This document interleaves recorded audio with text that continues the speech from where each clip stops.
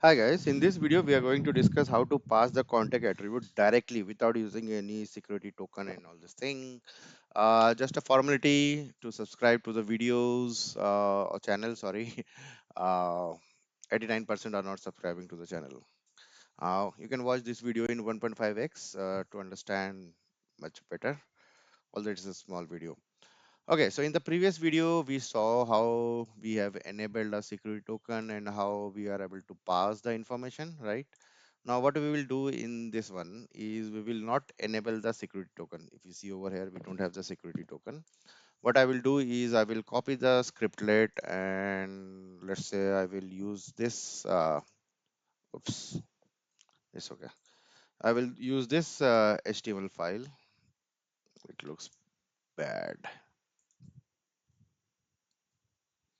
Let me open the in notepad. Okay, so what I will do is in this uh, what is that chat widget script, right? I will add the information which is need to be passed, right? So in this what they are saying in the document side, right? So there is an alternative method. This is the alternative method that we are trying without passing the security token, right? So what I will do is I will copy this one. This is the syntax they have given. So I will paste it over here and give it as name as this, and let's print my name. Okay, so let's see how it will work. Now what they are saying in the document is to pass or capture this information in the contact center side. You have to use something called hosted widget and then the attribute name. So okay, so what we will do is we will go to our flow, and previously it was this variable we used, so now we will use this. And what is the name we have passed, like name.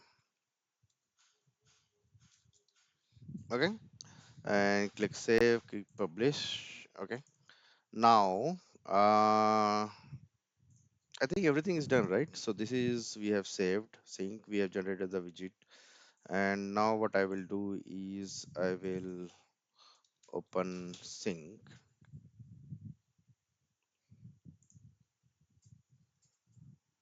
Okay, and now over here we should see that my name, hopefully, yeah.